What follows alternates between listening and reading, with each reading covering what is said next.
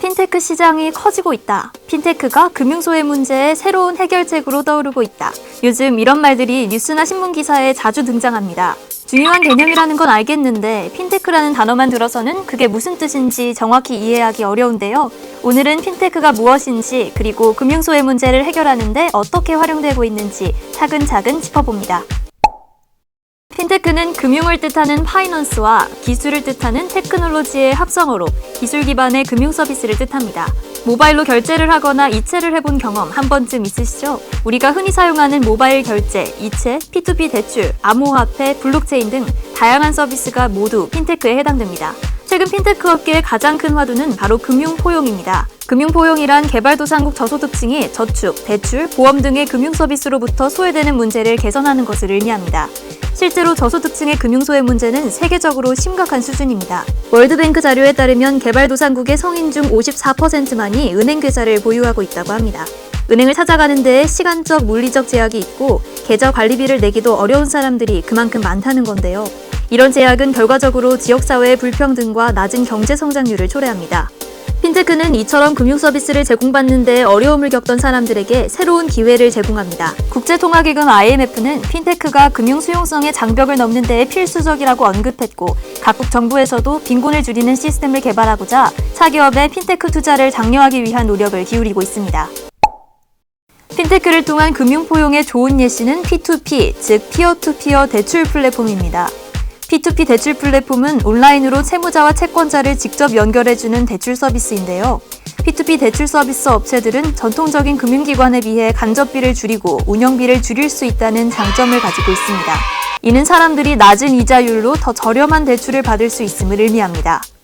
핀테크가 이뤄낸 또 다른 금융 포용의 혁신은 바로 모바일 결제의 도입입니다. 모바일 결제 서비스의 대표적인 사례로는 엠페사를 꼽을 수 있는데요.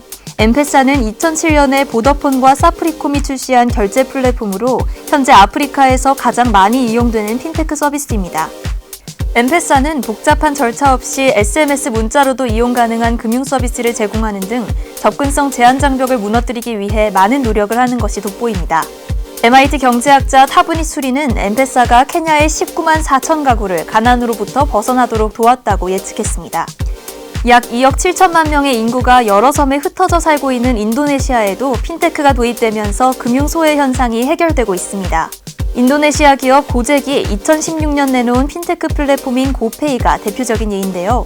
전자지갑과 디지털 결제를 담은 고페이는 인도네시아에서 가장 편리하고 강력한 결제 수단이 됐습니다. 인도네시아는 신용카드 보유율이 극도로 낮은 데다 은행 계좌도 갖고 있지 않은 사람들이 많은 국가인데요. 이커머스를 이용할 때도 배송과 함께 현금을 지불하던 상황에서 고페이는 그야말로 디지털 생태계에 큰 변화를 가져왔습니다. 고젝 플랫폼과 연결된 수많은 소상공인이나 자영업자들이 고페이로 거래할 수 있게 되면서 디지털 경제로의 한 걸음 진전을 가져왔다고 평가받고 있습니다. 최근 코로나19로 인해 세계적으로 이동과 교류에 대한 제약이 커지면서 신흥경제국에서는 핀테크 활용의 중요성이 더욱 강조되고 있습니다. 이집트, 가나, 파키스탄 등에서는 세금 혜택을 부여하고 수수료를 면제해주면서 국민들에게 디지털 뱅킹 사용을 권장했고요. 르완다, 우간다, 잠비아 등은 규제를 대폭 축소해서 모바일 거래를 늘리기 위한 노력을 계속하고 있습니다.